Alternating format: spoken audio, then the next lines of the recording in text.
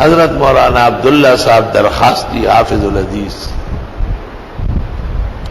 بڑے صاحب اعمال انسان، کچھ مختصر سے وقت میں میں نے ان کو قریب سے دیکھا ہے.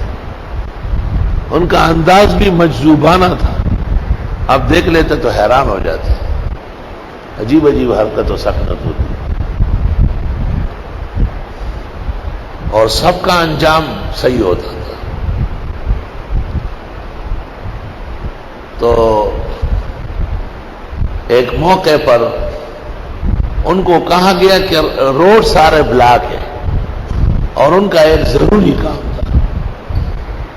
تو انہوں نے شاگردوں کو یہ بتایا کہ وما قدر اللہ حق قدرہ والارض جميعا قبضته يوم القيامة والسماوات مطویات بیمینہ سبحانہ وتعالی عما یشرکون. یہ آیتیں پڑھ کر کے روانہ ہوئے، راستہ کھل گیا. اور بہت زیادہ تجربہ ہے کہ یہ آیات مشکلات حل کرنے میں نہایت اکثیر ہے.